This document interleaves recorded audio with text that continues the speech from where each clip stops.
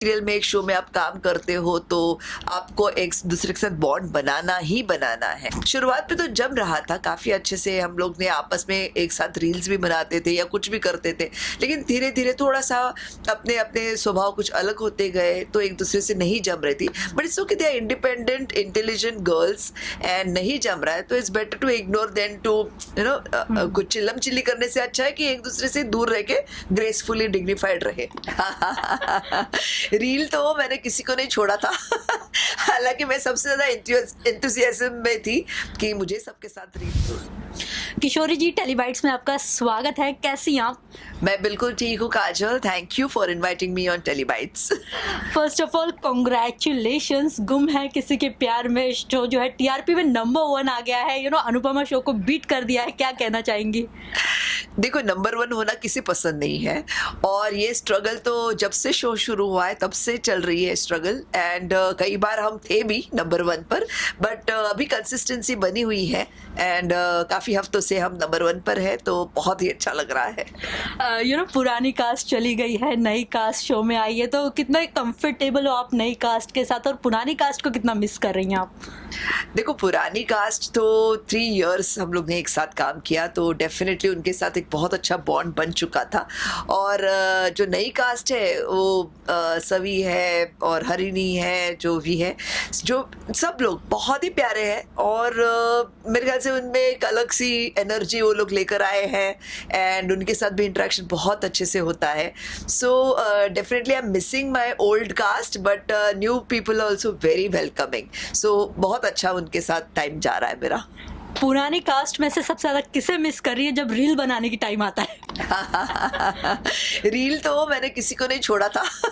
हालांकि मैं सबसे ज़्यादा एंथुसियाज्म में थी कि मुझे सबके साथ रील बनानी है तो सभी के साथ बनाया एक्चुअली।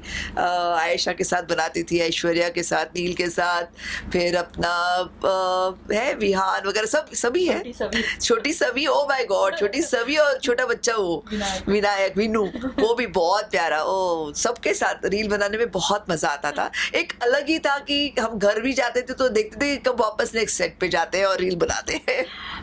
कहीं ना कहीं बीच में ऐश्वर्या, आयशा, ये लोग भी सेट पे आए थे, आपसे मिले, आपने स्टोरी भी पोस्ट किया था, तो क्या इन्वायरमेंट था उनके आने के बाद सेट पे? बहुत अच्छा लगता है। मतलब आयशा आई थी सेट पे एंड इट वाज लाइक आंखों से आंसू निकल रहे थे कि अरे कैसे, मतलब ना अच्छी चीज़ें ख़त्म क्यों होती है, ऐसा एक प्रश्न आता है हमारे मन में कि इतना अच्छा चल रहा था, इतने अच्छे सब जेल हो रहे थे 3 साल, और उसमें क्या हुआ, हमारा आउटडोर भी हो गया था लॉकडाउन के चक्कर में। 2 महीने हम लोग आउटडोर में थे सारे जन, तो एक अलग फैमिली बन गई थी, एक अलग बॉन्ड बन गया था।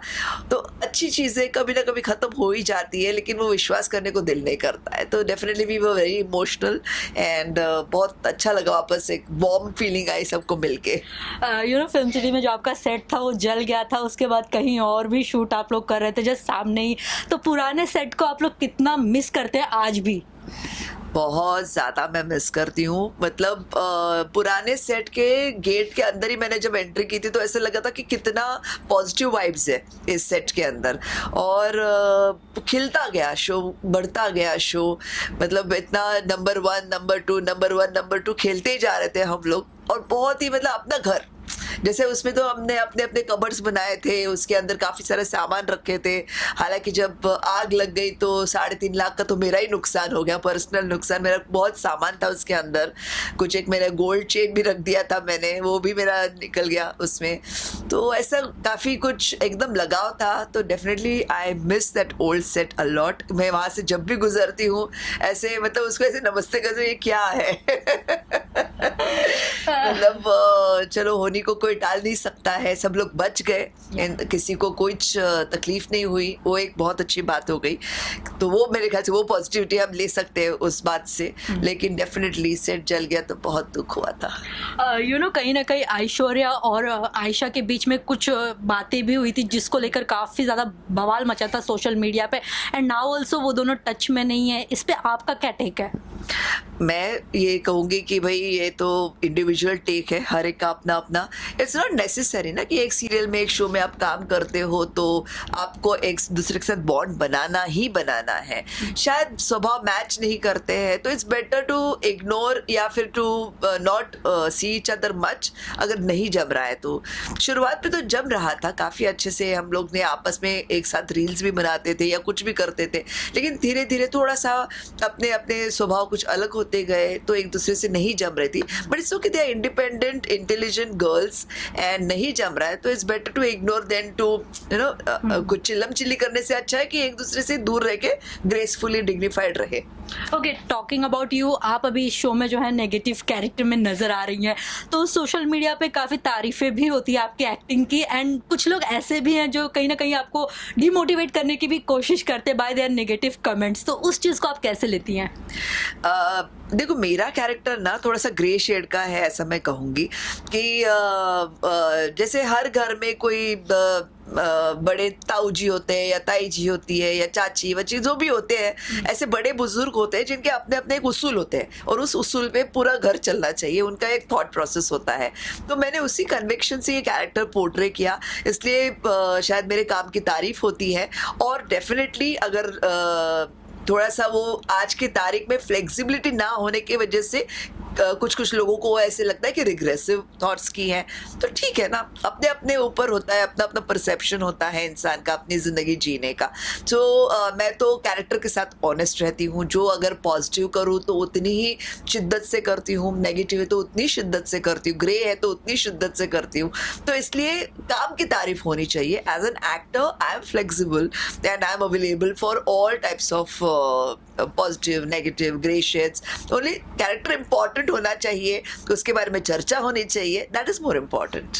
ओके, ये क्वेश्चन शायद आपके लिए काफ़ी टफ रहेगा। पुरानी कास्ट और नई कास्ट में से कौन सी कास्ट बेस्ट थी? You have to select one. Oh my God, नहीं नहीं, ऐसे मैं सिलेक्ट तो नहीं कर पाऊंगी क्योंकि नई कास्ट में सिर्फ मैं 2-3 जन के साथ ज्यादा काम कर रही हूँ। जैसे अपनी सवी है, भाविका जो है, हरिणी है, अंकिता और वीनू है, तो वही एक न्यू लॉट है जिनके साथ हमारा ज्यादा काम हुआ है। एंड बाकी तो उनसे इंटरेक्शन है तो बच्चे हैं ना उनको, उनसे मैं क्या बातें करूं, मतलब वो इतने प्यारे बच्चे हैं, उनके साथ रील भी बना लेती हूँ, एंजॉय कर लेती हूँ, उनकी बातें, आज की बातें क्या क्या सुन लेती हूँ, तो मजा आता है।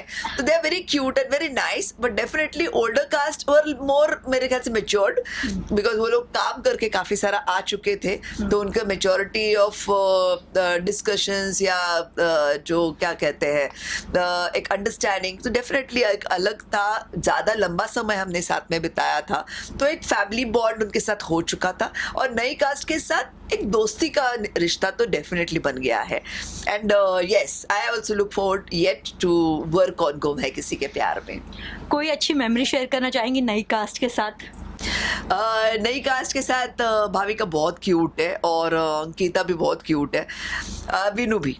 क्यों पता है? क्योंकि इन लोग के ना कुछ ऐसे छोटे छोटे छोटे कुछ तो उनकी कंप्लेंट्स होती है बोले आपके टाइम भी ऐसे होता था, आपने भी ऐसे किया था, आपने कैसे रिएक्ट किया, अगर ऐसा होता है तो आप क्या कर रही हो, तो आप क्या करती हो, तो मैं उसके ऊपर रिएक्ट कर देती हूँ। मतलब छोटी छोटी बातें होती है कुछ तो उनको, जैसे कुछ अगर कॉल टाइम सोचो 8:30 का है लेकिन उनका सोचो शॉट आता है 12 बजे आता है, इतनी देर क्यों बैठे रहेंगे हम लोग मैंने कहा भाई आप आए हो 10-12 घंटे काम करने के लिए आए हो, थोड़ा 1-2 घंटा आगे पीछे हो जाता है। तो ऐसे छोटी छोटी कंप्लेंट्स होती है तो वो क्यूट होती है, इनोसेंट होते हैं, ज़्यादा काम नहीं किए हैं तो एक्सपीरियंस कम है, तो अपने एक्सपीरियंस का जो मुझे मैं उनको दे सकती हूँ, ज्ञान दे सकती हूँ, थोड़ा बहुत मांगेंगे तो ही मैं देती हूँ। अगर उनको कोई बॉदरेशन है तो मैं भी उनको बॉदर नहीं करती, but we are very much close and gelling with each other. हालांकि बाकी जो फैमिली है उनको मैं पहचानती हूँ ऑफ स्क्रीन, लेकिन उनके साथ टाइम नहीं बिता पाई हूँ क्योंकि उनके साथ मेरे सीन्स नहीं हुए हैं। जैसे अपना शक्ति है या बाकी भी जो कैरेक्टर्स हैं, निमय हैं, कितने सारे हैं, सारे सब, वैशाली, सबको मैं पहचानती हूँ, लेकिन उनके साथ मेरा रोल डेवलप नहीं हुआ है. So I don't know working compatibility उनके साथ, बट ये 3 जन तो बहुत क्यूट छोटे छोटे कंप्लेंट्स लेके आते हैं और उनको मैं जवाब देती हूँ.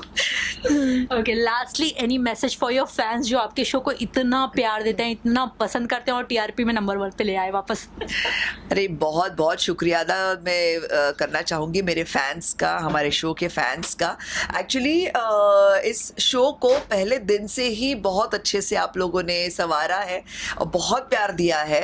कभी हम लोग लॉकडाउन में भी आगे पीछे भी होते थे, कभी हमारा सेट जल गया, कुछ भी हो गया, थोड़े ऊंच नीच हमारे भी ट्रैक्स होते रहे, लेकिन आपने हमारा साथ कभी नहीं छोड़ा. और इसी तरह गुम है किसी के प्यार में का साथ हमेशा आप दीजिए और हम भी आपको हमेशा एंटरटेन करते रहेंगे.